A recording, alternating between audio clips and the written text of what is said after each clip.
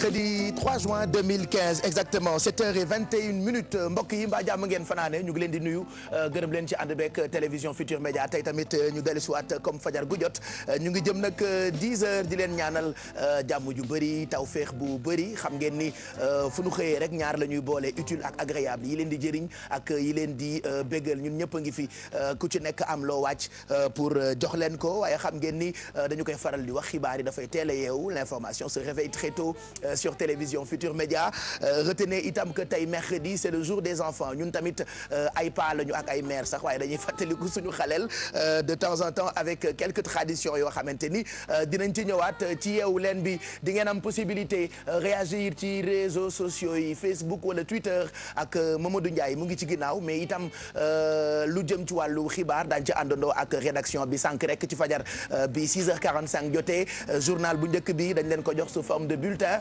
bi ci topp daañu ci àndandoo ak Fatou Kiné Deme elle est de retour elle nous a manqué Fatou Kiné ah oui ah et puis noppalu dafa baax ah parce que da nga ñëw sa kanam gi dijj macha allah. da nga reprendre ak kanam bu duuf. macha allah li mu doon nii. kanam bu dijju lool. yow doo wax ko macha allah macha allah. laa ilaaha illallah laa ilaaha illallah laa ilaaha illallah. macha allah macha allah. laa ilaaha illallah laa ilaaha illallah. non mais man mënuma laa catu. waaw je sais n'est-ce pas. waaw xam nga ñun macha allah dafa bokk ci suñu wax rek. namoon naa leen man tamit vraiment namoon naa leen. ñoo la rawoon lool voilà alors tey yow yaa ñuy présenter journal 8h bi buñ ca tollee loo fas yéene yaatal madame Niaba.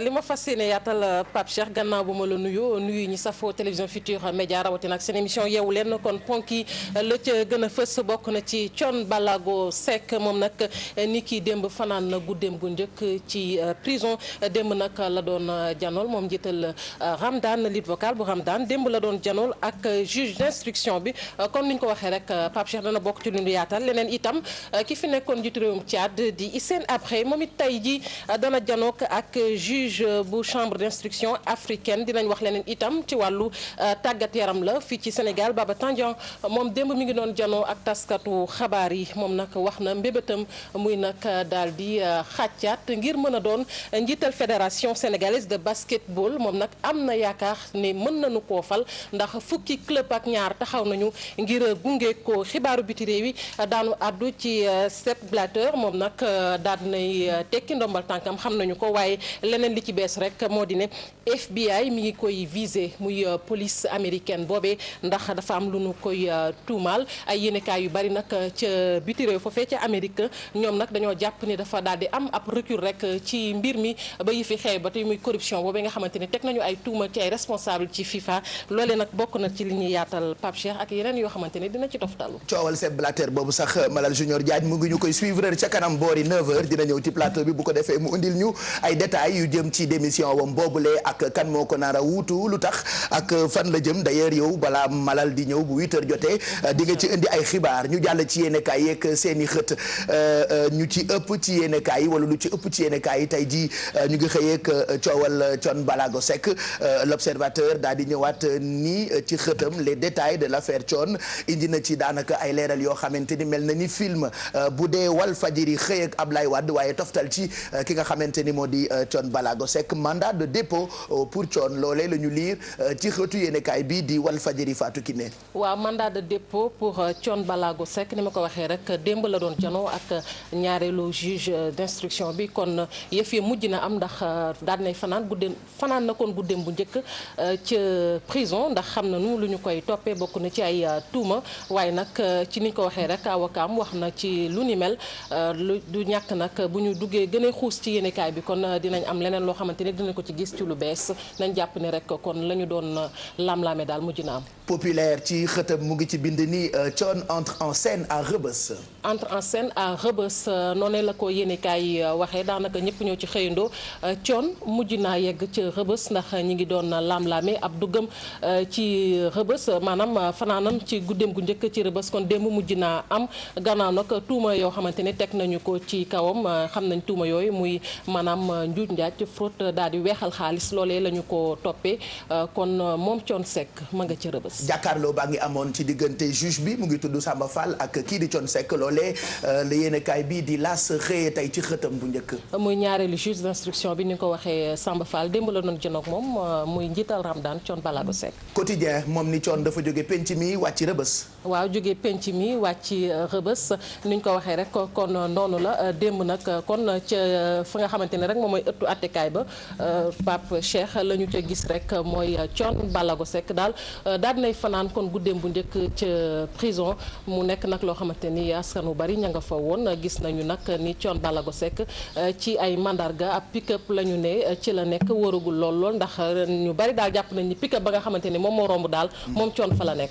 yàgg ñoo bégal nag moo tax Sénégal yëpp ñu ngi ci ginnaaw Thione ba ci ñun ñu ngi koy soutenir ñun ñëpp am naqar dëgg-dëgg ndax woyal nañu bégal nañu ba noppi itam suñu papa la waaye nag comme cat moom du wees yàlla na ko suñu borom taxaw rek loolu message u yeewu leen la jëm ci Thione Seck di suñu papa di suñu xarit waaye ku ko jege xam ni ku dëggu la ba noppi itam doon ku yàlla baaxal xam naa ci kanam fii léegi ñuy jeexal daañu ko rendre hommage ñun tamit ci suñu façon comme le font presque tous les Sénégalais ba tey yéenekaay yi ak seen i xët tey jii ci suba gi kii di Macky Sall ñu bëri moom la ñu xëyee nee na moom dafay àggali topp li ñu tuddee traque des biens mal acquis ñu ngi koy gis ci xëtu yéenekaay bi di Direct Info. loolee nag mën nañ jàpp ni rek moom sacerdoce la ko def keroog ba nga xamante ni fal nañu ko muy nag xeex lépp loo xamante ne alal ju lewul la mooy niñ ko waxee ni ko yéenekaay bi waxee tànk yooyu nga xamante ne nag moom la dëgg moom njiitu réew mi Macky Sall nee na du ca dellu gannaaw benn yoon te muy xeex alal ju lewul. ba ci Sud Quotidien loolee la xëyee ak président Macky Sall ñi muy topp nag ay délinquants la leen tuddee ma nga tàllal loxoom ba ci xët bi ñu ngi koy gis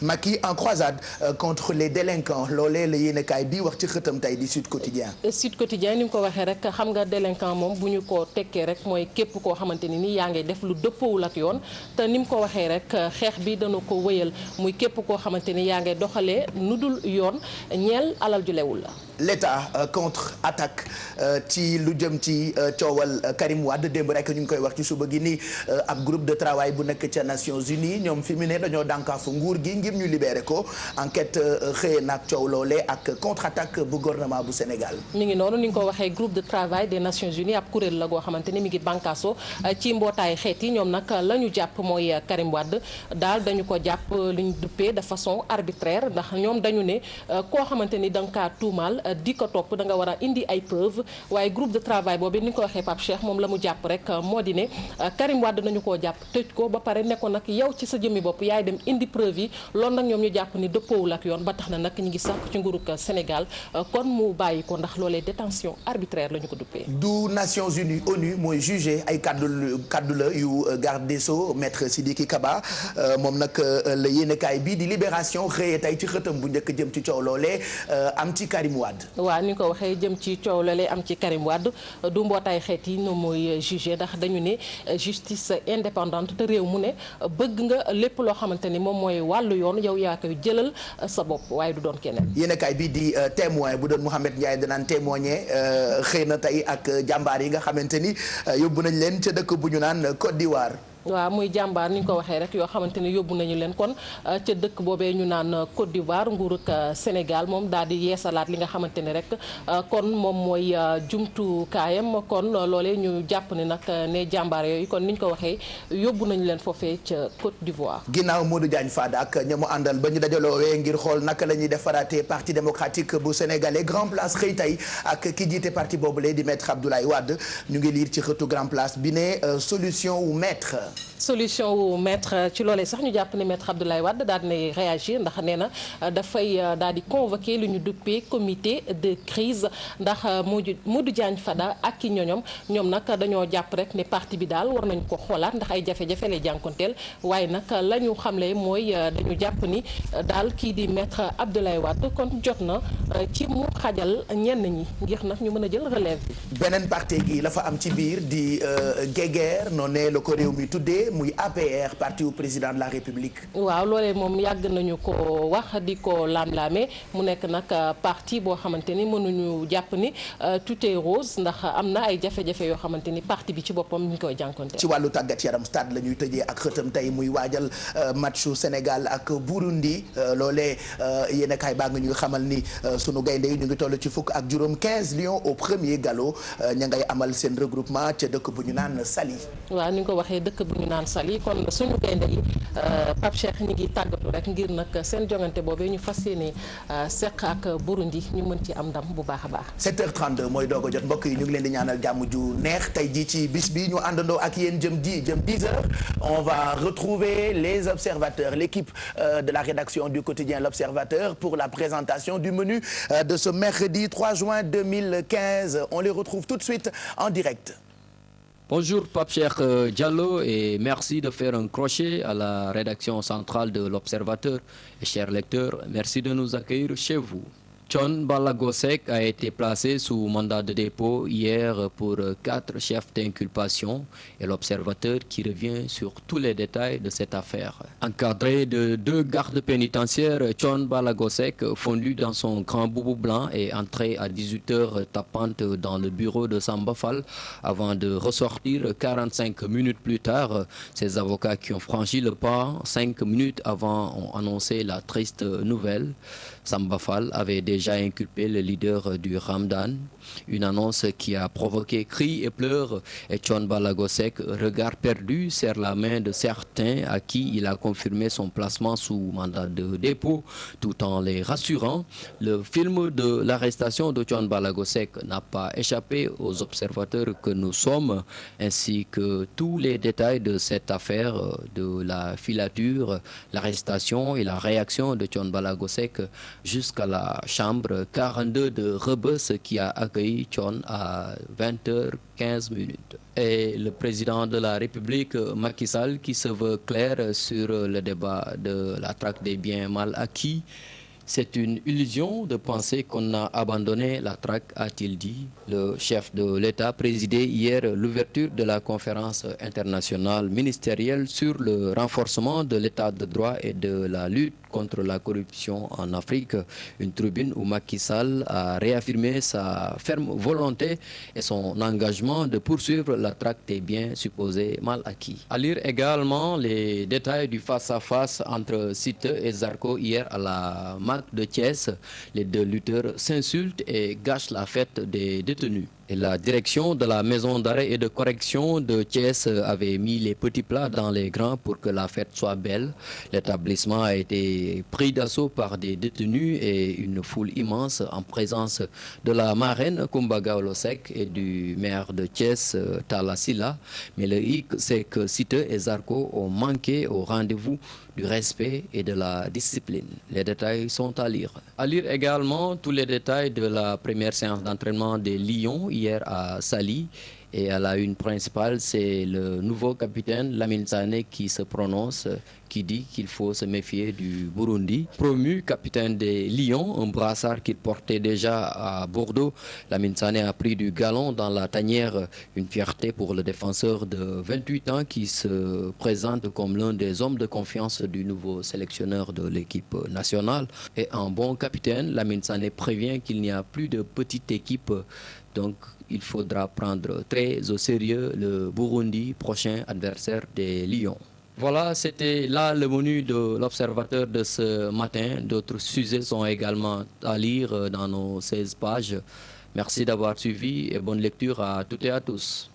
mënuloo wax Cissé yëpp ñu ngi lay gërëm bu baax merci beaucoup Idrissa Sané que nous retrouvons certainement demain matin pour la présentation du menu du l'Observateur nag daw leen ngeen wuti ko ndax balaa naaj dafay jeex dootuñu waxati mooy quotidien bi ñu gën a jaay ci Sénégal fu ñu ko waxee rek mooy géej am na ndox donc l'Observateur a ngook ñu ngi leen di ñaanal bëccëg bu neex yéen ñi nga xamante ni yéen a sàlloo di ko lire exactement 7h36 ñu jàll ci xibaaru jaww ji ak Fatou Kiné Deme tey jii nag nii démb ak bërki démb mel na ni température baa ngi gën di yéeg parce que ñu ngi dugg ci été ñu ngi yeewoo tey fii ci Ndakaaru ak lu toll ci 24 degrés Fatou Kiné. ni nga ko waxee Pape Cheikh ñu ngi yeewoo ak 24 degrés mu nekk nag kon température lay ci suba gi la waaye nag ci ngoon gi dinañ am li nga xamante ni rek kon moom mooy 30 degrés ci Ndakaaru lay doon diwaanu Saint-Louis 23 degrés ca ngoon ga dañu dem kon ba 40 degrés Podor 30 degrés 46 degrés ci ngoon gi Matam 31 degrés bu ngoon jotee dinañ dem ba 46 degrés Linguère 26 degrés ngoon daañu dem ba 45 degrés Diourbel 25 degrés dana xaw a sedd tuuti rek ci ngoon gi ne dañ dem ba 41 degrés Kaolack 26 degrés ngoon si dina dem ba 42 degrés ca diwaanu Tambacounda 24 degrés ci ngoon si dina dem ba 42 degrés tàng lool ci diwaanu Ziguinchor foofu it dinañ am 25 degrés ci jamono ji ci suba si ngoon si dina dem ba 38 degrés Kolda 40 degrés ci ngoon gi ci suba si 27 degrés Kédougou 28 degrés ngoon si dinañ dem ba 40 degrés lu jëm nag ci wàllug tàngaay bi Pape Cheikh nañ jàpp dina am ay ngelaw yoo xamante ne dina am nag rawatina ak ay niir tuuti niir lay doon mu nekk nag loo xamante ni kon mën naa indi li nga xamante ni rek moom mooy ay wicc-wiccal lañ koy wax taw la wicc-wiccal waaw ci bëj saalumu réew bi gën a féetee penku waaye tamit dana tàng lool itam jàpp nañu ko ci Sénégal wërngal këpp rawatina ci bëj gànnaaru réew mi ak fi nga xamante ne rek moom mooy penku bi kon niñ ko waxee température wax nañu ko dina tàng ba 46 degrés Pape ñu daal di jeexalee ak li nga xamante ne rek moom mooy géej gi rawatina ak suñu mbokk nappkat yi ndax kon niñ ko waxee rek première marée basse bi kon am na 3 heures du matin la woon bi ci topp nag dina am bu ñetti waxtu jotee ci ngoon ba tegal fanweeri simili pleine mer dina daal di am 9h25 bi ci topp 21h40 minutes lu dem nag ci wàllu napp gi xam nga rek suñu mbokk lébu yi dañoo daal di bëgg jën loolu nag wax nañu leen waxtu yi nga xamante ne nag ku ca dem daal njoxtu nañu ni da nga am jën lool peñe bi dana fees loolu jàpp nañu ko 7h22 minutes muy jamono yi ñuy wax ak yéen 7h jot na jàpp 9h22 minutes ngoon si nag 20h lay doon maanaam ñaar fukki waxtu ci guddi bu tegalee fanweeri simili ak ñaar jàpp 22h32 minutes Roi Soleil jant bi moom nag daal dinay sox kon jug na ci suba bu juróom benn waxtu jotee 6h tegal fanweeri simili ak juróom-ñeent waaye nag dana def li ñu duppee son yeewu leen non de yeewu leen bi kon ci suba la woon waaw kay dana def tëddi leen kon jant bi dana sox kon bu 19h jotee ba tegal fanweeri simili ak benn Pape Cheikh. incha allah ñu ngi lay gërëm bu baax Fatou Kiné ñu bàyyi la nga changer plateau dem ca kaw pour journal 8h bi ñu àndaat ak yow ci télévision Futur Média ngërëm ñeel na la ñu ngi leen di gërëm yéen itam ci ànd bi ak télévision Futur Média bu leen fàtte ni ibbi nañu téléphone bi ca fajar pour yéen ñu bëgg a dugg ñu teral leen 88 628 22 22 wala 88 628 04 05 tàngaay bi dugg si na ku ci xëy da ngay xool lan ngay sol lan mooy baax lan moo xew alors li xew ak ci li ngay nekkee à l'aise defe naa moom la Mado di joxe toujours comme conseil là ñamewuñoo sol noir mais est-ce que noir baax na ci période bi je pense que tu parleras de ça ci kanam. effectivement Pape Cheikh maa ngi lay nuyu di nuyu ñi nekk ci plateau bi rawatina mbokku téléspectateurs yi comme ni ñu ko waxee rek est-ce possible de porter la couleur noire en période d'été c'est la question que l'on va poser aux téléspectateurs mais ñun bu ci kanamee xam naa aussi dinañ leen indil ay réponses yoo xamante ne peut-être que dina neex ñenn yi mais je pense que à l'unanimité dina neex ñu bare tey. ouais parce que noir bi nga sol mu ngi place am. effectivement Codé Fall Thiandella itam noir bi mu sol tamit. effectivement mu ngi place am donc franchement noir Aïda Sylla Mële Khadija dafa tamit def na noir mu ngi place am. mais c'est bizarre que mais dafa neexut a ñeme aussi pendant la chaleur. après je pense que ça dépend ci tissu bi. parce que là vous def ngeen ay tissu yu oyof yoo xamante ni ngelaw laa ngi duggee fu ne. voilà xam nga nag lan moo neex ci Pape Cheikh parce que dafa waxtaan ak amaana ku dégg la. waaw xam nga nee nañ nanditee sonnul waaye ñooy ànd ak nanditee sonn ba tax na yow tubaar fakal la fi mu ne nii yow amaana fi mu ne nii rubrique bi sax jeex na tëj na lépp kon nag yéen ñi toog rek xaar leen bu ci kanamee moom mu gën a ficci mais c'est surtout ça la solution ci subee ci am solo. Bijou archéologue wala fuineuse tey tamit on ira voir ce qui se passe ailleurs Et pas ici, c'est national. Ici, c'est national. Donc, qu'est-ce que tu vas nous raconter tout à l'heure? Là, c'est national. Là, c'est ici. Mais on a besoin de savoir ce qui se passe ailleurs. Tu connais le rebelote? Non. Je passe. Ah bah oui, je passe. Bah, Pape Cheikh, hier, on n'a pas eu le temps de faire Insolite et Buzz du Web. Tout à fait. Comme annoncé woon nañ ko et puis am na yoo xam ne moom foog ma wax ci. Ah oui. Donc, ce qui se passe ailleurs. Voilà, on va revenir sur traitement bi ñu génnee contre cancer. Xam na Fatou Kiné Deme puisque ñëwaat na dina ci gën def recherche. Et puis de Kathleen, la femme qui fait le buzz. Ah oui. D'accord. Kathleen. Ouais. Kathleen. Est-ce qu'elle met du noir? Et on ira voir Kim. Elle met du noir. Elle met du noir. Voilà, donc ak Bijou si dinañu xam li nga xamante ni moo xew ailleurs chez nos people, chez ces stars yi nga xamante ni dañ leen di faral di gis Exidex comme chaque mercredi dinañu waxtaanee consommer local wala liggéeyu artisan yi loolu moo tax ñu naan made in Sénégal. loolu liggéeyu loxo Pape Cheikh boo koy xool dafa nekk liggéey boo xamante ne c'est prisé gën ngaa rawati ci bitim réew mooy dëkk yi gën a mag soo koy xool ñi ni gën a jox cër wala métier yi ñu gën a jox cër ci wàllum artisanat dafa bokk ci liggéey yi nga xamante ne moom liggéeyu loxo donc ba tax na ñu ne ñu teg ci suñu tànk ba fësal ko daal di leen di jàppale képp koo xamante ni yaa ngi ciy yëngu tey nag dañuy fas yéene waxtaane li nga xamee ni moom mooy récupération parce que xam nga tamit soo koy faral di xool butéel boo gis am na saañ. dëggal li saañ ba lu muy xeeñ. saañ ba lu muy xeeñ ci butéel bi wala butéel ba def. wala butéel ba def. xam nga yow nga ne loo wax Mado. dégg rek assisté ma xool no am na loo ko wax léegi. dafa dégg nga ne Pape Cheikh Diallo. naa dégg li nga waxoon. bandi yooyu. jël bu ndaw jël kii mooy bu ndaw. ndaw. yaay bu tuuti. li nga wax dëgg la de bu ñëwee day wër di. aleykum salaam. sant yàlla bu wér rek. c'est bien.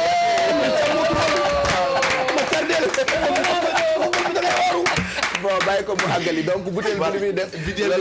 lu saañ bi lu butéel bi def loolu la saañ bi. voilà donc ba tax na dafa yëngu ci wàllu capsule di ko defal capsule.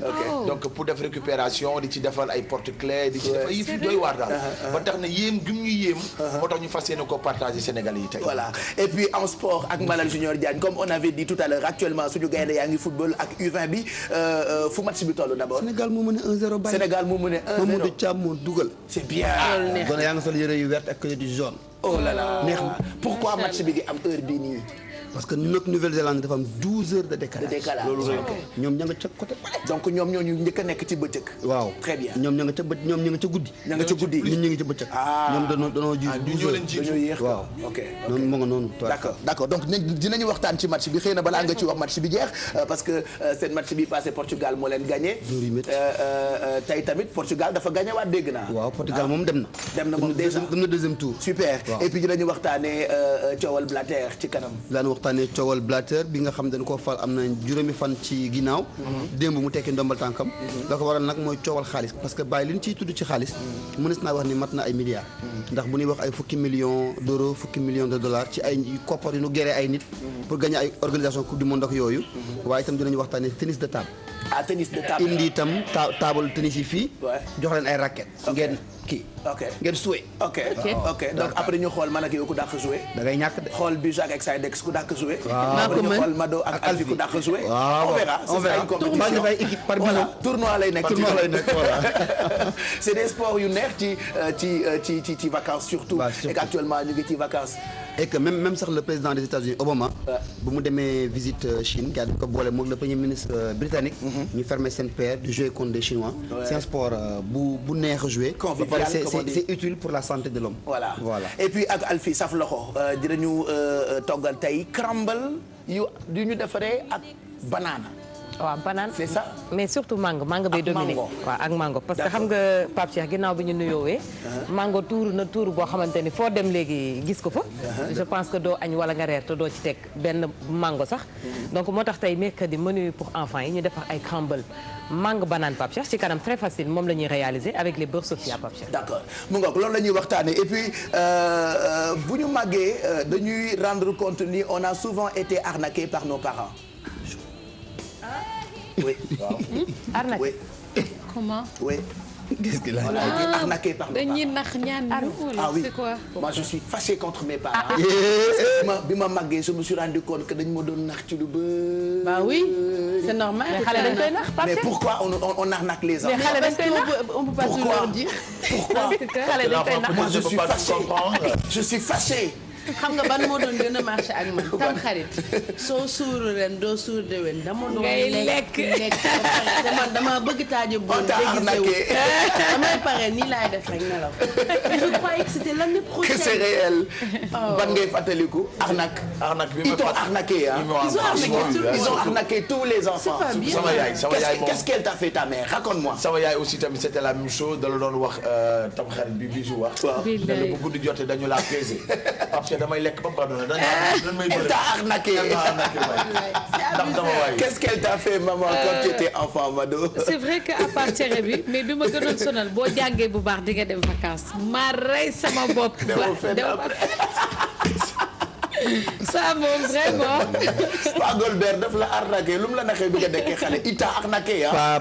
pa bi ñu posé ay stade. C'était par semaine. su fekkee ne xeexuloo toute la semaine bu li ngay def mën naa leen stade. parce que j'adorais aller au stade avec lui soo sama blouson jàpp ci loxo bi. muy reporter ma koy téel micro bi. parce que bi nga màggee tu te rends compte que stade bi Linguère di jouer quand même soriwul ak seen kër quoi. non non mu yóbbu la ou pas mënul nga dem soo xeexee rek. il t'a arnaqué dem stade voilà. il t'a arnaqué. bah oui Ah oui. c'est un arnaqueur. Qu'est-ce qu'ils t'ont fait? Raconte-moi Alfie.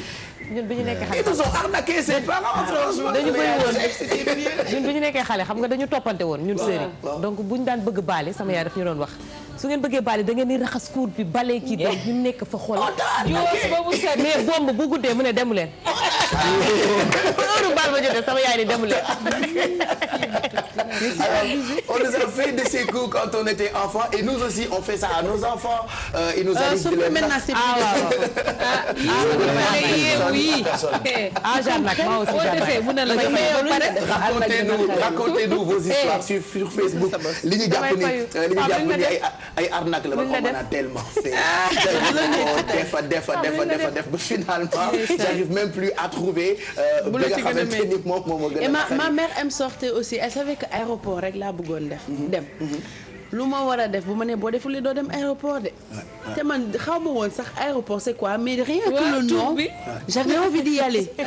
et foog naa ni ba bu may am 7 ans laa fa dem. ouais on a été arnaqué avec ak mbaqus waaw. naa la may mbaqus. naa la may mbaqus franchement te xamuñu mbaqus. ma toj Ndakaaru li ko wër. boo demee naa la may boo mbaqus. ñëwee naal ma daw danga yónni boutique. ngay daw ak sa kon sa yaay day am doomu jaan. ces histoires là maye nangu baaxul kon sa yaay day am doomu jaan. garab day sax ci sa biir. doo mënati wan na xooxu man. mais léegi xale boo leen ci stressé. On a tous été stressés quand on était enfant 7h49 racontez-nous vos histoires li ngeen jàppee ni arnaque la enfin ñun ñoo ko jàppee arnaque quand on était tout petit on va enchaîner justement avec le sport Yeewu Gym Fama Rahmadam fitness lañ ci àndal tey mu àndandoo ak ay mag est-ce que boo nekkee jigéen war nga def sport qu'est-ce qu'il faut pour am ay techniques yu am solo moo tax souvent je dis aller à la rencontre des professionnels pour ñu jàngal leen sport bu baax tey Fama la ñuy àndal ci Yeewu Gym bonjour Fama. Bonjour Patia. Bonjour Fama. am daal la yore ba jàmm nga am.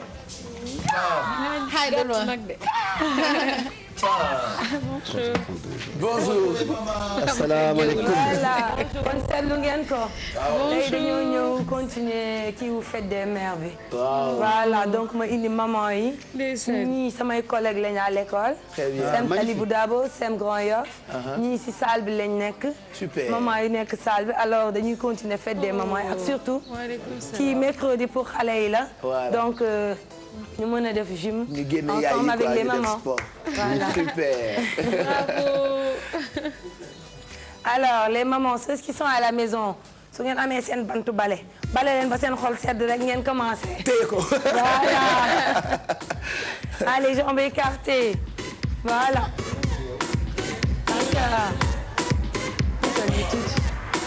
voilà un peu d'espace. Très bien, jambes fléchies, on descend. Voilà, jambes écartées. Respiration là.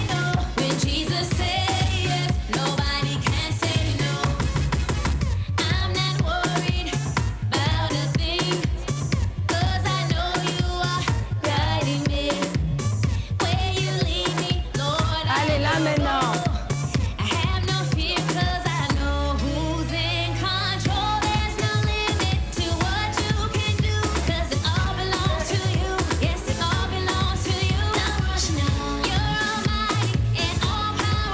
Les bras bien tendus, jambes écartées, on descend. Allez, là au milieu maintenant. On descend. On reste. Au milieu. On descend.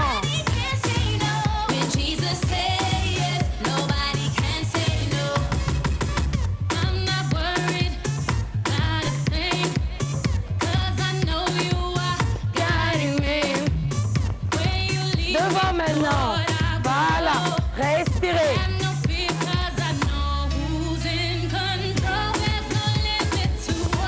On respire.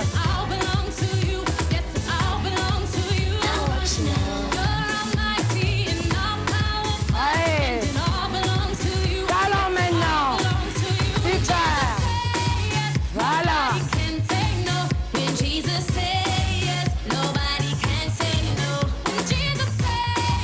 Voilà.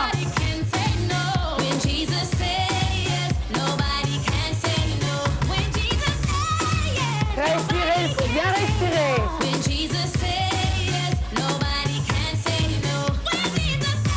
On revient là. Respirez, récupération. Et c'est parti. On soulève. Voilà. Super.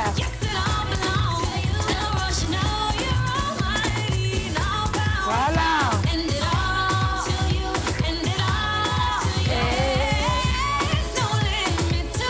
À toutes les mamans qui sont à la maison.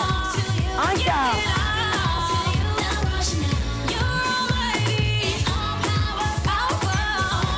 On revient là. On y va. Allez. Là maintenant, regardez bien. Là. Avec une seule jambe. On y va ensemble. Voilà. Voilà.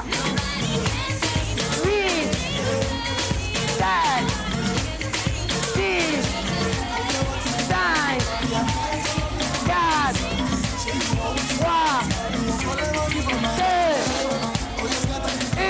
On va rester. 1, 2, 3, 4, 5, 6, 7, 8. On revient là.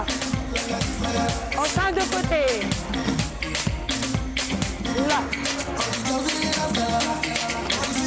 On change. Suivez. Là. Là. Là. Bras tendu.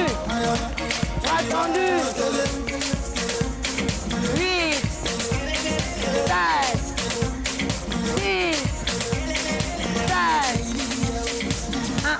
C'est parti, on va rester. 1, 2, 3, écartez les jambes. 4, 5, 6, 7, 8, on revient. On récupère. Allez, c'est bon. Là, on respire. On change de côté avec genou. Ça. Hop. Là. Là. Là. On soulève. À 4, 3, 2, 1. On reste sur une seule jambe. 1, 2, 3, 4, 5, 6, 7, 8. On revient là. Après, on change de côté. Super. Respirez. Allez. Voilà. Eh bien, soulevez. Allez. 4, 3, 2, 1. On va rester. 1, 2, 3, 4. Allez. 5, 6, 7, 8. On revient. On va un tout petit peu renforcer les bras maintenant. Sur place, là. Tombez, glacez. Allez, c'est parti. Soulevez. Attendu. Fixez le bus. On descend. Les bras seulement doivent bouger. Allez. 8. Peur bi il faut ngeen muscle la il faut ngeen travailler ko bu leen jékki-jékki rek ne mag laa rek arrêté. Parce que ñi gis ñi ñëpp dañuy dem salle gym. Ah oui. Elle est professeure d'éducation physique. Wow. Jusqu'à présent mu ngi fonctionner. Surveillante là aussi. ñii dañoo dem ba elle a perdu beaucoup de poids. ñoom ñii ñëpp dañoo ñëw salle perdre beaucoup de temps. Alors ce n'est pas trop tard pour ngeen ñëw salle def sport. Ben merci. Voilà. Merci en tout cas d'être venu ñu ngi leen di gërëm bu baax. ah yéen est-ce que bu ngeen demee ba am âge yi di ngeen def sport ah Mado. Je pense qu'il faut ñu teel ci.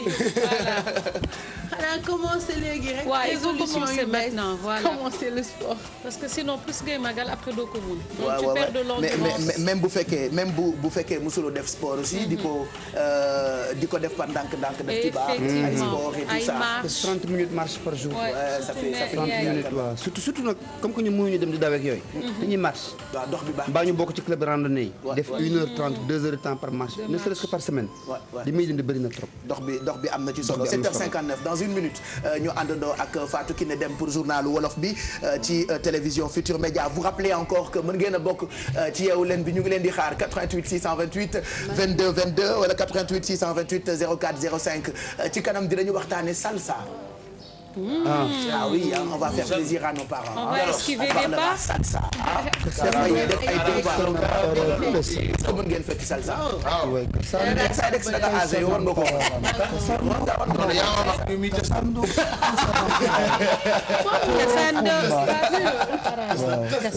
maanaam boo xoolee sama tëstër yi xam ni man maa ko mag. donc on parlera salsa ci yeewu leen bi itam ci kanam 8h mooy doog a jot ñu bàyyi leen ak rédaction bi Fatou Kiné Deme moo ñuy journalal moo ñuy xibaaral juste après on se retrouve pour la suite ñun ak yéen ba 10h.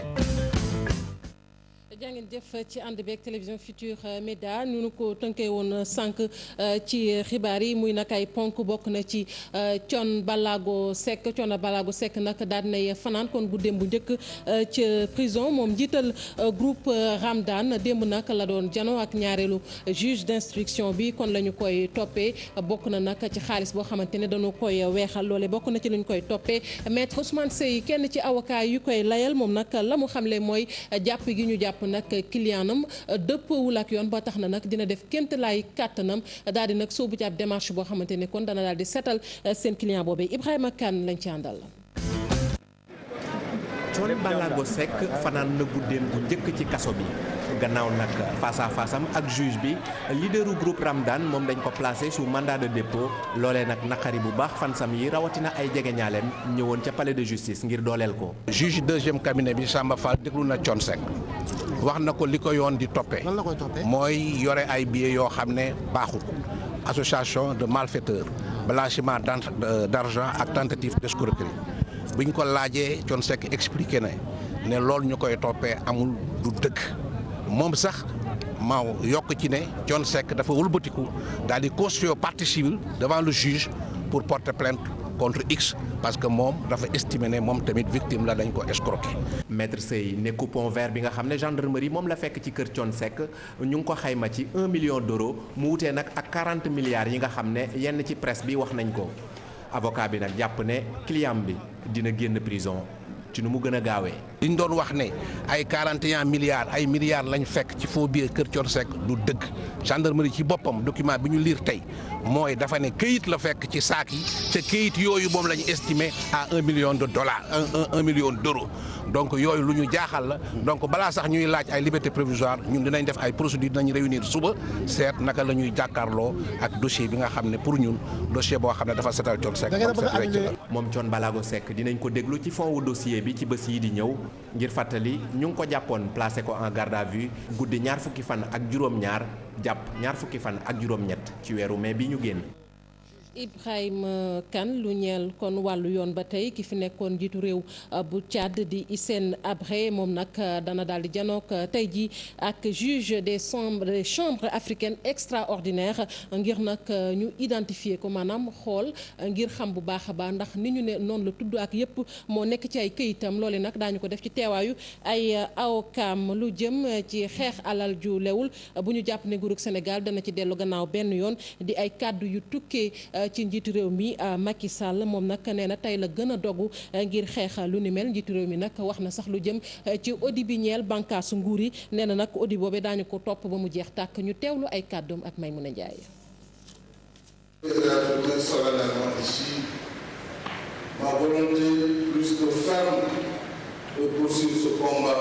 sama yéene mooy wéyal di xeex lii di guerre muy fii ci Sénégal wante du wax jibali ji ak coow li mooy tax ñu arrêté bii xeex ndax corruption baaxul te ngir xeex ko faaw ñu ànd ci ak loxo yu dëgër dafa laaj nga am fit wante tamit bañ a déglu coow li ndax condition yi fu nekk la nekk liy ger tamit mën naa jaar fu nekk wante du tax ñun ñu daldi ci dellu ginnaaw politique de rigueur bi sama gouvernement bi nekkee dañ ciy wéy muy rekk wàllu njub ak yorin wu sell fii ci Sénégal te lu yàggul dara dinaa waxaat IGE ñu daldi reprendraat seen liggéey boobu maanaam di auditer saa su nekk doxalinu réew mi ak koppar yi nees ko yore. Régulièrement et systématiquement que toutes nos structures puissent être auditées et de façon permanente. njiitu réew mi Macky Sall doon àddu ci xeex lépp loo xamante ni jëm na ci alal ju lewul mbootaay xeeti du ëttu àttekaay Sénégal moom boppam loole nag mu nekk ay kàddu yoo xamante ni mi ngi tukkee ci maître Sidiki Kaba la mu xamle nag mooy dogal bi nga xamante ni cour de cassation jël na ko ci Karim Wade da koy wéyal ba mu jeex tàkk loole nag muy ay kàddu yu mu yëkkati ci conseil ministériel bi nga xamante ni kon amoon nañu ko waaye nag la mu xamle itam moo di lu jëm kon ci xeex wàllu corruption muy nag guerre ci diwaanu Afrique mu nekk nag kon kàddu yoo xamante ni ñu ngi jéggul daf ko yëkkati ci ab ndaje moo xamante ne kon amaloon nañu ko ñeel nag xeex wàllu guerre ci diwaanu Afrique ñu daal ci ànd ak Maymouna Ndiaye Modou Diop. L'ONU ne juge pas. Le Sénégal est un État souverain. du ONU mooy àtte li xew Sénégal réew la mu moom boppam. te fii institution judiciaire yi ñi ngi fonctionner bu baax te ñoom ñooy jël ay dogal muy tribunaux yi di cour d'appel yi cour suprême conseil constitutionnel bu fekkente ni mbir moomu la CREI yi jël na décision am ñaar fukki fan ak ñett ci weeru mars bi ñu génn décision boobu tax na ñi nga xamante ni ñooy avocat yi Karim Wade daal di dem cassation kon dañuy xaar rek juge bi nekk ca cour suprême mu daal di joxe dogalam te la mu fay dogal moom mooy am te Sénégal buy rendre justice daf koy rendre ci turu état du Sénégal kon ma bamtu ni Sénégal àtte na mbir mi te réew la mu moom boppam. Souverain qui a la souveraineté judiciaire, c'est un principe régalien qui appartient à tous les États. lu jëm ci wàllu politique parti démocratique bu Sénégal ñenn ñi nag dañu jàpp ni Modou Diagne Fada ak ñoñam nañu doxalee daal dëppoowul ak yoon te boo sàgganul sax risque mën na cee am ndax dañu jàpp ni Modou Diagne Fada ak ñi nga xamante ni ñoom ñooy ay ñoñam dañoo taxaw ngir nag daal di indi coppite ci parti démocratique bu Sénégal waaye loolee nag ñu gis ni war nañu ko amal sax ci ab mémorandum Adiatala Modou Diop. wute kàngam PDS yu tekki seen i ndombay tànk wala banque seen i loxo ci biir parti bi Modou Diagne Fada ak ay ñooñam ñoom dañu jël dogal rek di laaj ñu càmbaraat parti bi jox ku nekk lu mu yellool am ñu ne lu leen yoon may la. PDS ni muy demee nii tey ji te PDS tànn na Karim comme candidat Abdoulaye Wade nee na day nekkaat secrétaire général ba ci kan donc Fada defe naa ci li muy calculer mooy am baat ci biir PDS.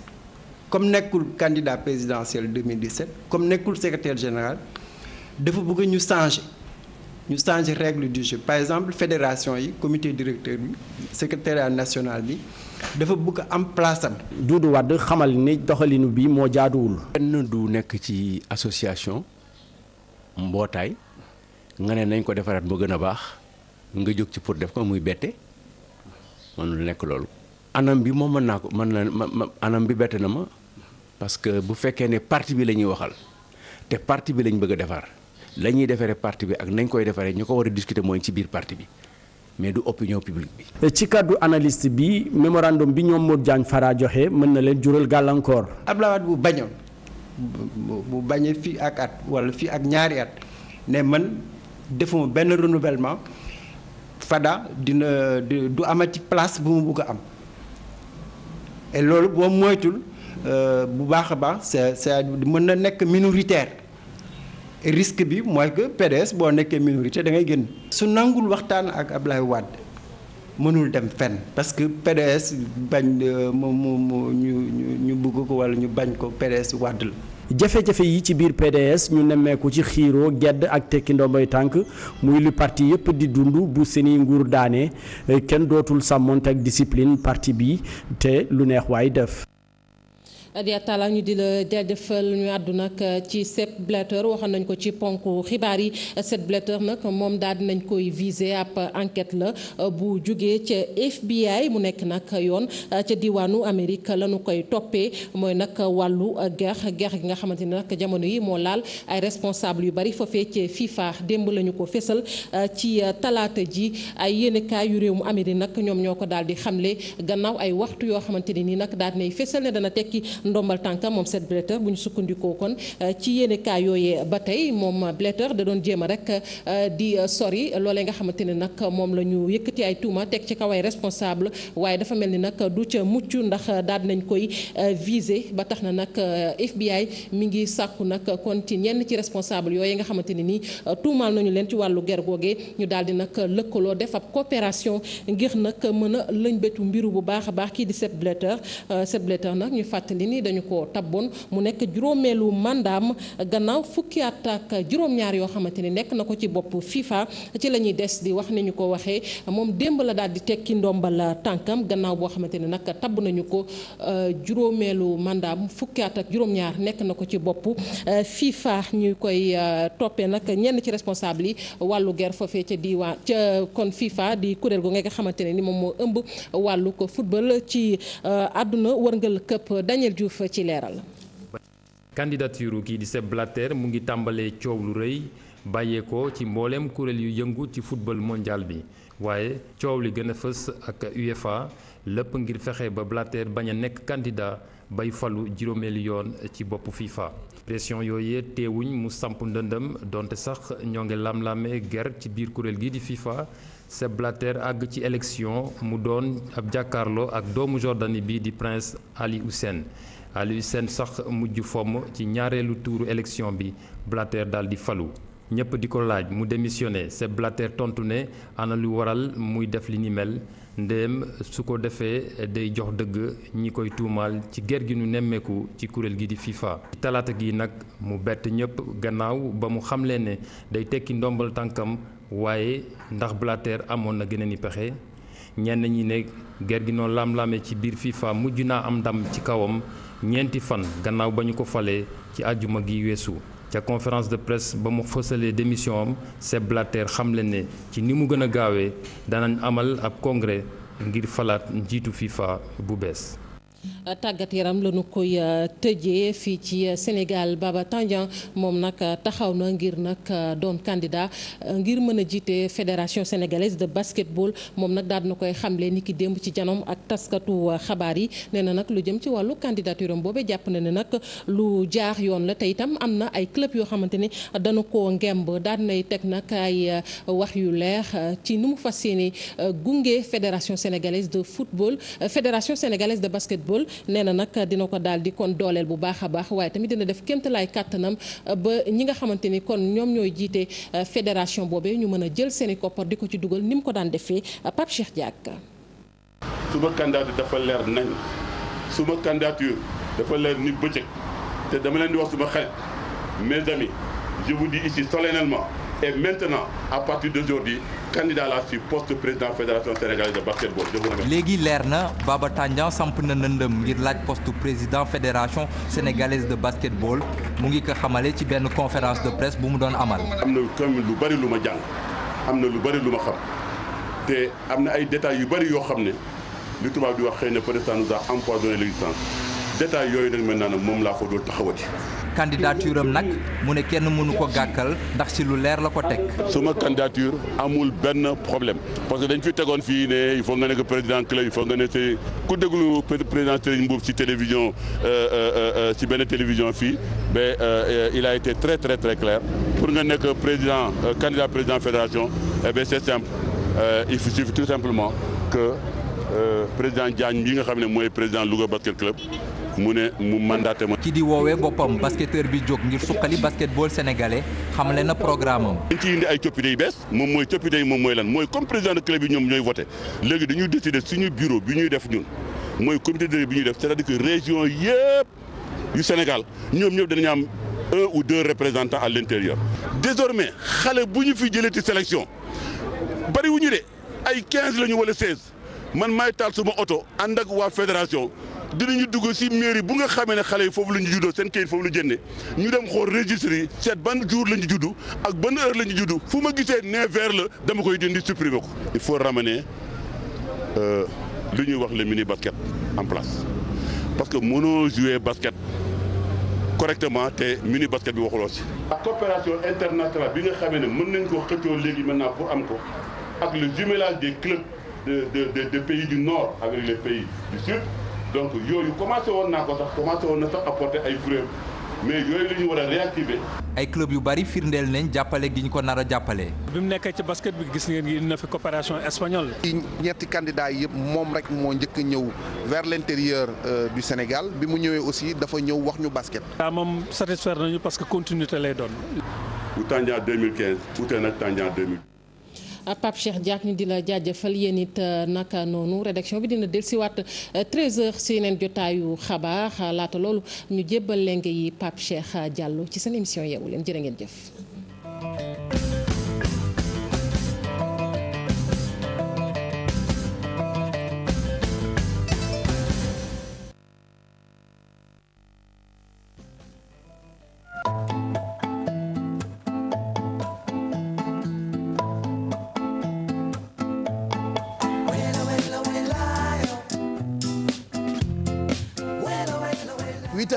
ñu gërëm bu baax Fatou Kiné Deme ak rédaction bu télévision Futur Média xibaar yi nag dafay wéy ci suñu site internet www.igfm.sn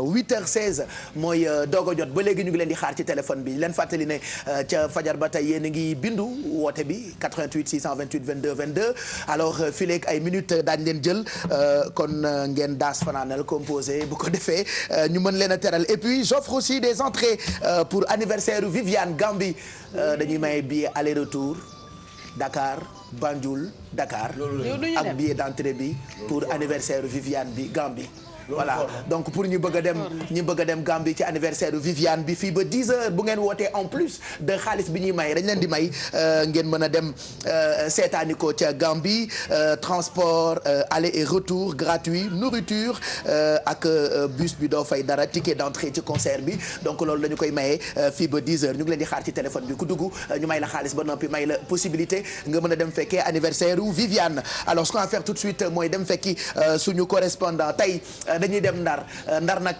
bu ñu fa demee dañu fay fekk Mohamed Nabi Silla ñu ngi lay nuyu. Nabi Silla suñu correspondant ca Ndar bu fekkee yaa ngi ñuy dégg ñu ngi lay nuyu Nabi. Pape Cheikh ñoom day tey. naka suba si. sant yàlla. mbaa jàmm nga fanaane. sant yàlla ci Ndar gi nga xamee ni tey jii yeewu nañu ak temps bu ensoleillé ak li nga xamee ne rek aju na ci wàllu ngelaw lu sew loo xam ni Pape Cheikh mi ngi yee ñi nga xamee ni dañ nekk ci yoonu l'école wala boog sax nekk ci yoonu bureau ci dëkk bi di Ndar. voilà ñu ngi ñuy wax ñi tey jii Ndar yéen a ngi yeewoo ak lu toll ci 23 degré mais bu weesoo température ak climat lu ñu fa mën a jàpp ci ay xibaar tey jii ci suba gi Mohamed Nabi Silla. waaw ci tënk rek mën nañ jàpp ni li nga xamee ni àddina ci wàllu emploi vert li nga xamee ni day faral di jóge ci gàncax yi wala boog sax ay liggéey yoo xam ni day jóge ci li faral di indi gàllankoor ci dundu askan wi ñu mën ko changer en opportunité li ñuy wax emploi vert nga xamee ni ay ndaw yuy liggéey ci lépp lu aju ci wàllu écographie yi wala foog gàncax gi wala sax ay bërëb yoo xam ne nit ñi dañ fay faral di am ay jafe-jafe jàpp jëm ci wàllu érosion côtière bi doon loo xam ne nit ñi mën nañ fa gis yeneen xeetu liggéey yu bees yoo xam ne mën na jëriñ ndaw yi mu bokk ci ñi nga xam ne dañuy ci wàllub lii di yoxoos wala huître wala sax ay xor yoo xam ne day faral di juddoo ci Gànjool gannaaw ba ñu taxawalee lii di bël bi ki fësal liggéey bu ni mel di Amadou Lamine Ndiaye di directeur financement vert partenariat ci ministère de l'environnement ñoom nag ñu daal di gën a tàggat lépp loo xam ne aju na ci wàllu askan yi ngeen gën leen xiirtal ndax xeex lépp loo xam ne aju na ci wàllu ñàkkum xëy ci biir réew mi loolu sax ñun Sénégal mën na ci yaakaar Pape Cheikh lu mot juróomi junne ci ay xëy jàpp jëm ci wàllu ndaw yi li nga xamee ne aju na ci wàllu xabaar ba léegi ci commune bu Jama foofu ñooy day soble ñooy dund jafe-jafe ndax lu ëpp juróom benn junne ci ay doon na loo xam ne tey jii dafa lamb ko waral nag moo di daal njëkk li nga xamee ni dañ leen koy proposé di daal commerçant yi ak baana yi bëgg daaneel dégub soble boobu ci gis di su di baykat yi ba tax na ñuy xeex di ñaan ngi walu leen ba lépp loo xam ne aju na ci wàllu baykat yi jënd ci bërëb yooyu ñu am li ñu naan lettre de voiture nga xam ne daal takk der mën nañ ko contrôler ba ñu bañ a daaneel njëkk li nga xam ne nag yenn saa yi baana yi dañ koy proposé Pape Cheikh day toll ci fukk ak juróom-ñett ba ci ñaar fukk ak ñaar te njëkk li ñu tënkoon toll na ci fanweer ak juróom jàpp jëm ñeent fukk ci li nga xam ne aju na ci wàllu tool yi ñaxte yooyu ñi nga xam ne ñoo ko gën a fësal di Maam Ndari Fall Boutia Ndiaye ak Kiné Diop bokk ci li nga xam ne rek moo di union des producteurs d'oignons nekk ca Jama ci jeexital Pape Cheikh ñu jàpp ni daal suñu moyul musiba dana amaat commune bu Mbaan nga xam ne ni déggoon nañ fa coow suuf su bare benn dëkk bu nekk ñetti kilomètres gannaaw Mbaan ab entreprise étrangère bu bëgg wéyee lépp laa ji ci wàllu liggéeyam tax na askan wi génn di jooytu lépp lu aju ci wàllu jafe-jafe suuf soosu ba tax na sax suñu moyul tey jii jàmmaarloo du ñàkk ca bërëb ba ñoo ngi leen di toppal lépp lu aju ci wàllu xabaar yooyu Pape Cheikh ci IGFM TFM rajo Futur Média ak observateur ci diwaan bi ñu ànd ci ak Aïda Koumba Diop suñu naataango bi nga xam ne mi ngi ci observateur ñuy saytu lépp loo xam ne aju na Pape Cheikh ci wàllu xabaar yooyu.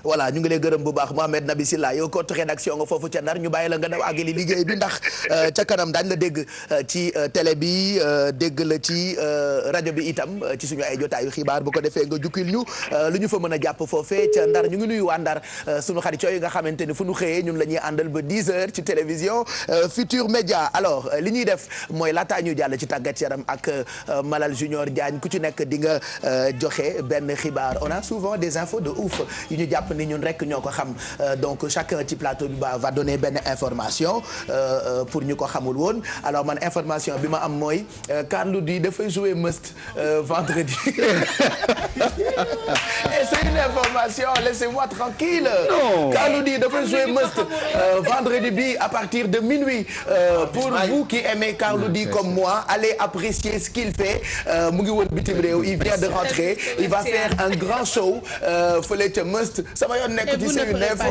Regardez. Voilà, vous pouvez danser, voilà. Et ça c'est une information. Est-ce que toi tu savais que Carlou dafay jouer Must? Est-ce que Malal yow xamoon nga ko? Est-ce que Alfie yow xamoon nga ko? Est-ce que Exidex yow xamoon nga ko? Est-ce que Bijou xamoon nga ko? Et xamoo ko woon. Donc Carlou di dafay jouer vendredi au Must. Bijou, qu'est-ce que tu as comme info de ouf? Alors France dañoo tere ciipatu ci classe yi. lu ciipu. dañoo demul Côte d'Ivoire. dañoo demul Côte d'Ivoire. Non, ce qui m'énerve le plus, ok mën nañ ko tere parce que c'est pas du signe de respect mais bu école tijjee dañuy jàllal benn documentaire sur le ciipatu pour élèves yi seetaan ko. Mais parce que j'ai entendu ci li nga doon seetaan sànq à la base ciipatu saaga la. waaw voilà.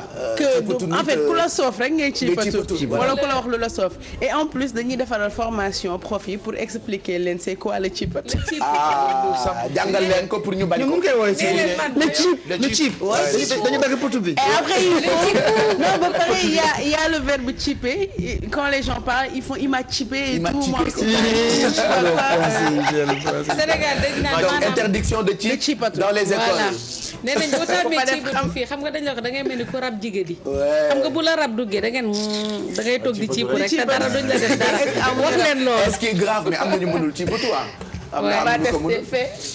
non comme tu n'es pas énervé doo ko mën waaye gisal koo jéppi rek ba mu tàngal sa. ba nga yengalu. Voilà ciipatu dañ ko tere France ci école yi. formation ak documentaire. Exidex, qu'est-ce que tu as comme info de ouf? Alors Tokyo ca gaar ba nag la ñu fekk benn valise boo xam te ne dañ jël nit rey ko def ko ca. ci biir valise bi. oh là là. Tokyo c'est où au Japon c'est ça? fan la ban dëkk? Tokyo la. Tokyo. D'accord. gaar ba daal la ñu fekk benn valise tege amul borom nag. ñu rey nit daal ko ci def tëj ko. ok mais du nit ku ñuul j'espère. xabaar xanaa dee nañu kay. C'est une info de ouf. Mado, qu'est-ce que tu as comme info de ouf? Voilà. Lady Gaga lance de collection Habiba pour chien. Lekk pour xaj. Accessoire pour xaj. Yére pour xaj. Tout bon, on va dire chien quand même. Waaw. Ça s'appelle Reine. Waaw, il paraît qu'elle a lancé parce qu'elle a un chien qu'elle adore, mu commencé di ko habiller, voilà, complètement gaga. Donc elle a décidé de lancer une grande collection d'habits, d'accessoires et d'aliments pour chien. xanaa. Ça c'est une info de ouf. Malal Junior. Fële ca Espagne dañoo découvrir 200 kilos de cocaïne ñu jël ko laax ko ci biir ay ananas. Non.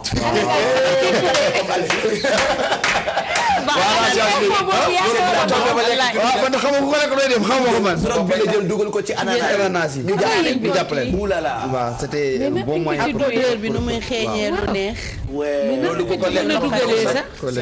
comment ils ont fait dañu vérifier gis drogue bi ci biir ananas yi. waaw Espagne tam ñu mën a jàppaatale. Espagne moom c'est aéroport bu doy waar la Baraja boobu aéroport bu. parce que c'est un carrefour il y a plein de gens qui passent par là-bas surtout ñu jógee Pérou que ñooñu noonu. waaw même Sénégal ay takk téere yi. waaw Sénégal dañuy ne giri scanner. même téere yi ndomb boo ko takkee. ñu ne scanner da ngay tekki téere ñu scanner ko xool. ndax ëwaale woo ci ay bagages. ok donc voilà donc ça c'est une info de ouf. Espagne ay jaay ay drogue la ñu jàpp. ci biir ay ananas yu ñu ko def. Alfie info de ouf. info de ouf bi ma am nag Pape Cheikh xam naa dañ naan ku ràcc jëmale sa kanam rek mu dëgg mooy Sénégal amul ambassade ni consul péruvien. Parce que ton mari Pérou la jógee. et bu bëggee defar ay këyitam. day dem ba Maroc wala Barcelone. donc Sénégal fii amuñu c'est vrai amuñu représentant on n'a pas amuñu représentant léegi pour Pérou ah. yaa yeewu leen tabb nañ ko tey. voilà ambassadeur donc à partir de ce jour ton mari reste nommé ambassadeur du Pérou au Sénégal. très bien waaw bureau bi di nekk ku bëgg a dem Pérou na ñëw sa kër. na ñëw sama kër rek waaw. donc defaral say visa léegi ay këyitu léewu ak say këyit fu ngeen koy defaree Maroc. Espagne. Barcelone. Voilà c'est des infos de ouf.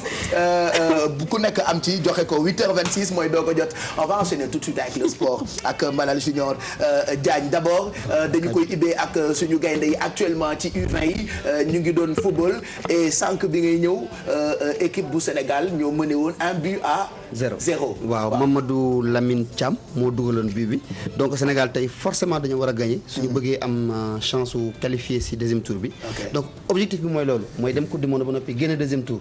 c'est l'objectif premier bu ñu leen fixé mais comme que bi passé ñu leen doon 3-0. bon tey moo xawoon compliqué mais ci fukki minutes yi ma mujj seetaan ci match bi gis naa xale dañoo ñëw dal.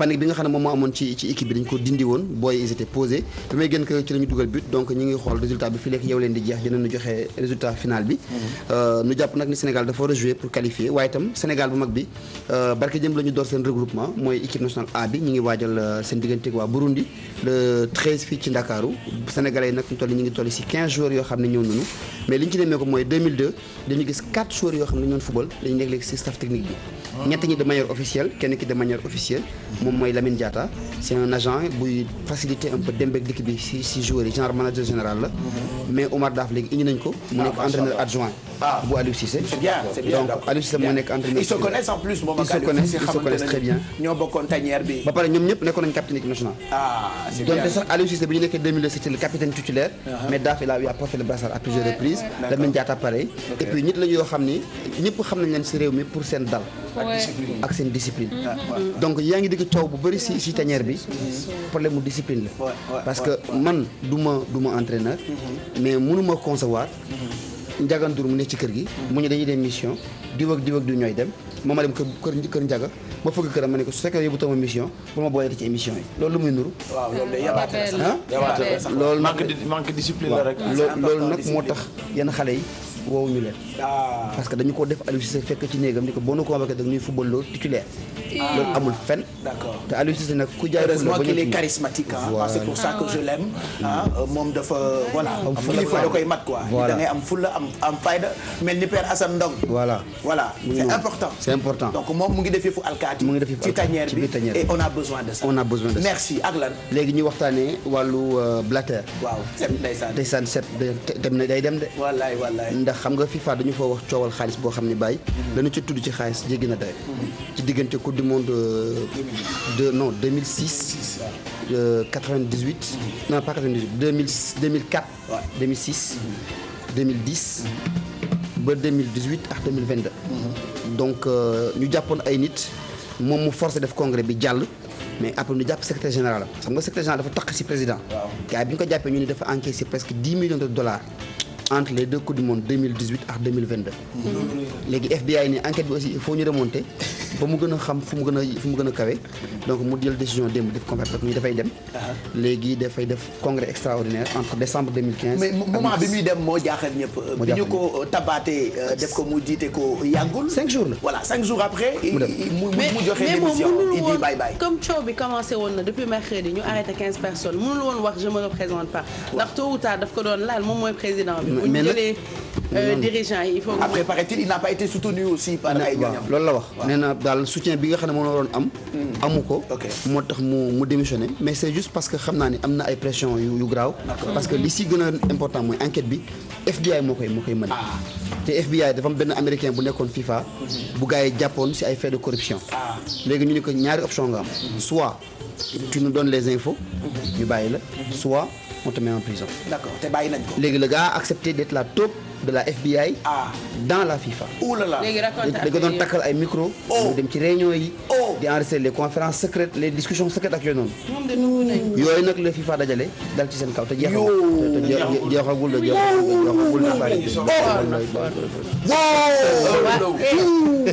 il nous arrive di waxtaan ak nit li muy wax du ñu intéressé sax mais on fait ça.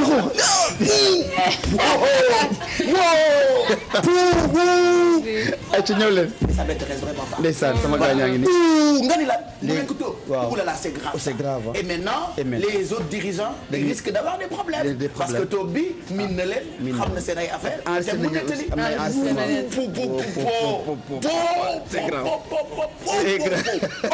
c'est grave ça. c'est grave. D'accord. On lui souhaite bonne chance, Blatter. C'est quelqu'un qui aime beaucoup l'Afrique. C'est quelqu'un qui aime beaucoup. Mais nag FIFA, c'est. Moi, je l'ai rencontré 1 ou 2 fois. FIFA, c'est une histoire de. Voilà. Teel a mercredi de. Voilà. Mais am na ñuy wax que FIFA sans Blatter du nekkati FIFA. Ben non. Ça dépend. Écoute, les hommes passent, les après là, actuellement, on est en train de parler ki nekk Jordan ni xaw ma. le prince là. le prince. waaw le troisième fils du roi de Jordanie. mais il parle de Platini aussi. Platini aussi mu nekk candidat. mën na mu nekk candidat. David Ginola lui. bon c'est loolu léegi le récent. mais il était derrière ah. ñoom nga les français nag ñoom dañu doon wax. boo koy def at ma lay yéen agenda. bon léegi dañuy waxtaanee tennis de table. tennis de table. waaw ping pong. dama parce que dañu bëgg chaque mercredi. ñu indi benn discipline. il le faut pour waxtaanee ak ñoom. donc kii moom mooy Mamadou Lamine Gueye. mooy le coach national. donc dañuy préparer 8e journée trophée ambassadeur. parce qu'on a une équipe nationale bu tennis de table. bu tennis de table ba pare chaque année aussi dañuy def compétition boo xam ne dañu koy dajalee ñëpp ñëw pour teg drapeau ambassadeur bi. donc ñu invité leen d'abord pour ñu expliquer nous un peu tennis de table. ñu koy jouer la mooy les bienfaits ak yooyu noonu. mais parler un peu aussi du tournoi. donc coach maa ngi lay nuyu.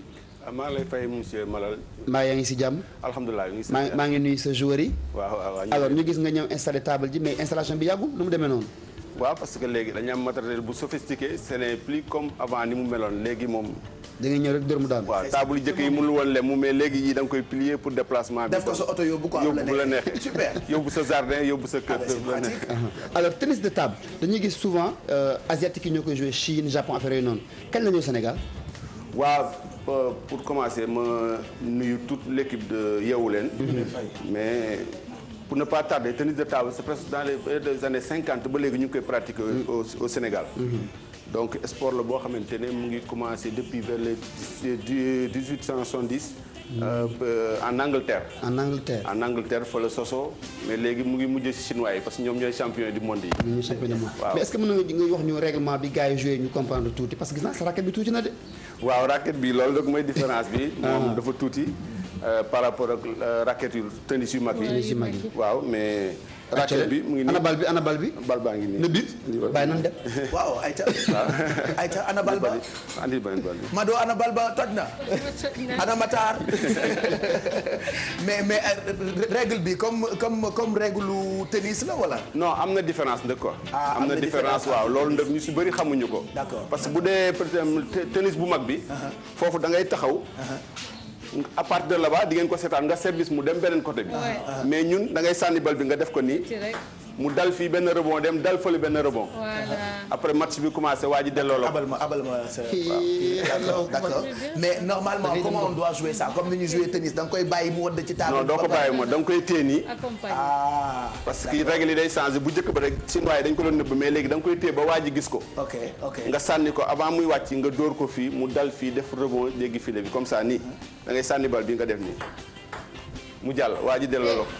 j'ai perdu. waaw normalement bu defee benn rebond sa côté rek. da nga ko war a delloo fii. mais warul def ñaari rebond. bu defee ñaari rebond point la. point la ci sama adversaire. non ci yow qui a perdu. moom point bi. bal bi su dalee ci yow ñaari yoon point la contre toi. normalement nii dañuy jouer. waaw da ngay def nii. voilà.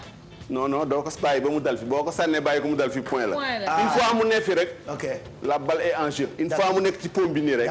donc boo ko sànnee rek avant muy rot da nga ko war a dóor nii fii. gis nga mu def benn rebond dem. waaw moom it mu delloo ko une fois. ah mais bien ça Pape Cheikh. ngéwéle rek. ngéwéle rek. waaw te bi ci pour nga am ay points. léegi nag ni ñu koy pratiquer. pour membre jury bi buñ la gisee mën la yërëm quand même. mais kii au moins il est fatigué. non mais man xaw moo ne mën nga lii Pape mais léegi mu ngi nii tennis de table waaw ñu ngi koy jouer à 2. mën nañu jouer ñaari nit ou bien ou bien ñu jouer 4. ñaar ne fii ñaar ne fii. mais kañ def compétition yeewu leen contre équipe nationale. yeewu leen contre équipe nationale bu tennis de table qui va gagner ah on joue maintenant pour 50 000. waaw mais vous gagnez. waaw léegi. c'est-à-dire bon. waaw léegi man dama bëggoon ñoom ñu def benn démonstration explique point yi après ñu def benn match. ayca ñoom ñaar comme vous voulez après on va jouer pour 50 000. waaw et restez là. Galen. on va jouer pour 50 000. waaw ñoom ñu def benn démonstration nii. ouais ayca ñu def per gañ def ko pour 50 000. mais 50 000 yi ko gagné doo ko yóbbu de. da koy maye ci télé bi ku la woo nga may ko. 50 000 waaw léegi ñoom dañuy commencé def benn commencé léegi li ñuy def nii. li ñuy def nii ñoom mooy échange coup droit. voilà échange coup droit. li mooy coup droit d'accord. Concentration réflexe vraiment benn yoon lay dal daal di dem fële ok c'est bon c'est bon léegi aussi am na coup revers nii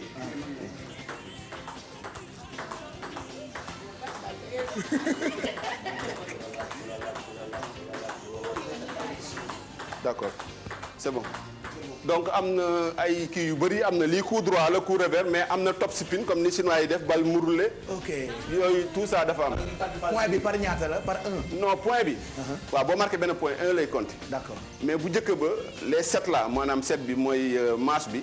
c'était à 21. à 21. 21 mais léegi dañ ko wàññi def ko à 11. d'accord donc mais il faut 2 points de différence maanaam bu ngeen ñëwee ba 10-10.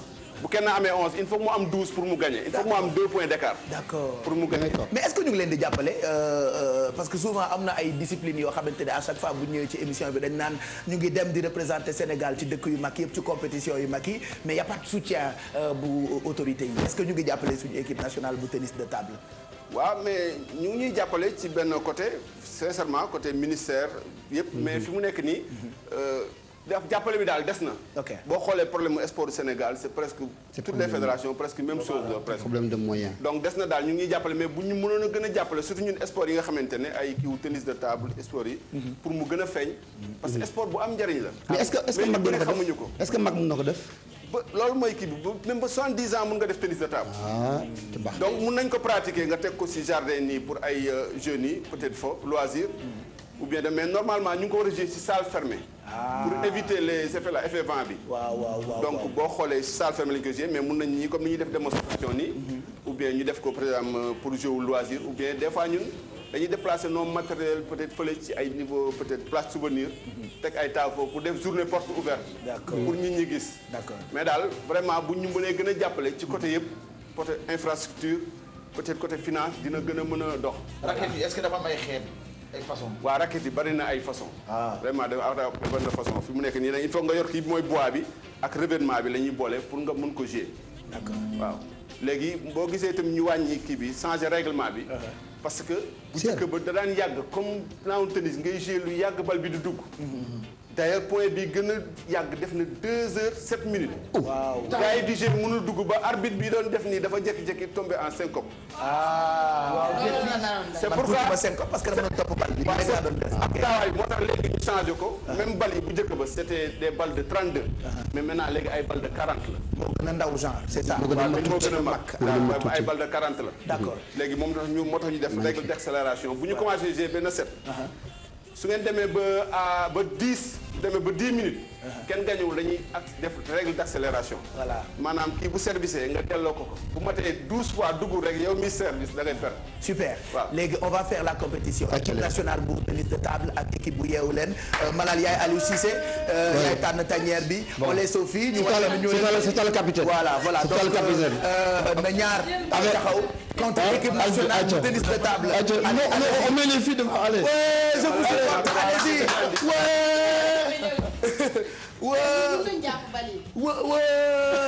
nañ commencé individuel. non dañu def équipe rek amuñu temps. waaye léegi kon que yéen mën ngeen ñun dañuy nekk ñaar yéen ngeen nekk benn dafa tuuti. yéen mën ngeen waa télé bi direction bi daf ñoo bañ. waa garaaw ñun ñaar yéen benn yéen mën ngeen ñun dañuy jàng rek. ñun télé bi dañ ñoo bañ temps buñ ñu may dafa tuuti. directeur télé bi daf ñoo bañ moo tax mu may ñu 3 heures de temps rek. donc comme bëriwuñu temps ñun ñaar ñetti lañu andi moo tax duñu mën a def double. mais ñoom nañ jël benn ñun ñu jël ñaar. waa léegi kon par ñaar léegi Mado moo njëkk a joué ak équipe nationale bu tennis de table.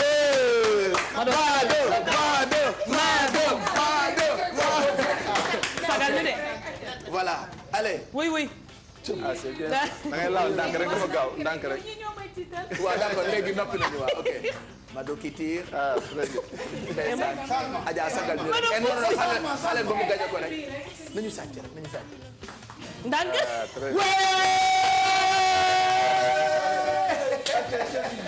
Alfie contre équipe nationale bu tennis de table. Seconde chance. ah voilà tout doucement rek voilà très bien.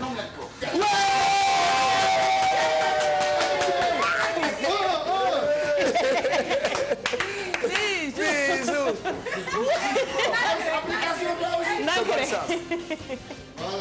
Seconde chance. Allez, oui, Bijou. Bijou daal.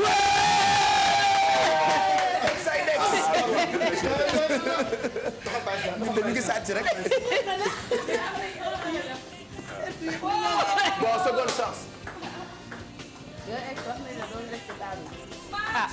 Ex moom na de.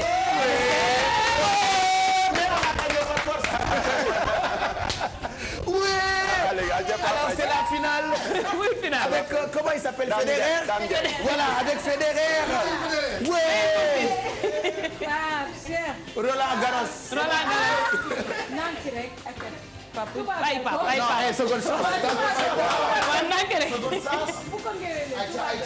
Ndànk rek. Jëla. Oh.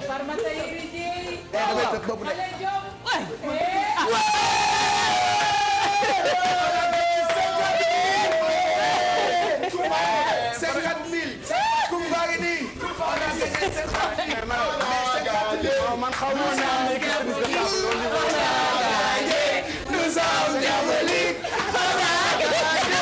Nous sommes diaboliques. Nous sommes diaboliques. Bon, ce qu'on va faire. 50 000 bi ku woote léegi ñu may ko 88 628 22 22 wala 88 628 04 05. Voilà coach. Allez coach. Merci beaucoup coach. Nous sommes de tout cœur avec eux. Attends, le dernier mot. On se retrouve.